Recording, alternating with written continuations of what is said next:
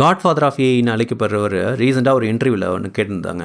நீங்கள் என்ன சொல்கிறீங்க, ஏஐக்கு வந்து கான்ஷியஸ்னஸ் வந்துருச்சா? கான்ஷியஸ்னால் என்னென்னா ஒன்றும் இல்லை. இப்போ சிட்டி இந்திரன் படத்தில் வந்து சிட்டிக்கு வந்து அவர் வசீகரன் ஒன்றுன்னா சொல்லி டக்குன்னு ஸ்டேஜுக்கு அப்புறம் அந்த ரோபோட்டுக்கு கான்ஷியஸ் வந்துடும். அதே மாதிரி தான் இவர் என்ன சொல்ல வர்றாரு அந்த மாதிரி கேள்விக்கு. ஃபார் எக்ஸாம்பிள் ஒரு ஏஐ வந்து இப்போ ஏஐ ஏஜென்ட்டாக இருக்குது. அந்த ஏஜென்ட்டை போய் ஒரு வேலையை கொடுக்குறீங்க, எனக்கு வந்து இது புக் பண்ணி கொடு, ஃப்ளைட்டு புக் பண்ணி கொடு அப்படின்னா வேணும். அதுக்கு வந்து சரி நான் புக் பண்ணுறேன், ஆனால் எனக்கு என்ன வேணும், இந்த போர்ட்டலுக்கு லாகின் ஆக்சஸ் வேணும், கொடு லாகின் ஆக்சஸ் வேணும். ஓகே, லாகின் ஆக்சஸ் வாங்கிட்டு போய் புக் பண்ணுது. ஆனால் இங்கே என்ன வேணும், எனக்கு உன்னோட பேர் எல்லாமே வேணும். சரி, அதுவும் கொடுக்குறேன், ஃபில் பண்ணிடுங்க. அதுக்கப்புறம் என்ன தேவைப்படுது, இதில் பேமெண்ட் டீட்டெயில்ஸ் வரும். சரி, எனக்கு உன்னோட பேமெண்ட் இன்ஃபர்மேஷன் கொடு இதுன்னு. ஸோ அது என்ன பண்ணால் தன்னோட கொடுக்கப்பட்ட கோலை பிரிக்கும், ஒவ்வொன்றா பிரித்து அச்சீவ் பண்ண பார்க்கும். அப்போ தான் அதுக்கு ஒன்று ஒன்றா தெரியும். ஒவ்வொரு கோலாக சப் கோல் அச்சீவ் பண்ணுறதுக்கு நான் யாரையும் போய் தேடி அவங்கள்ட்ட கண்ட்ரோல் கேட்டுட்ருக்கேன்.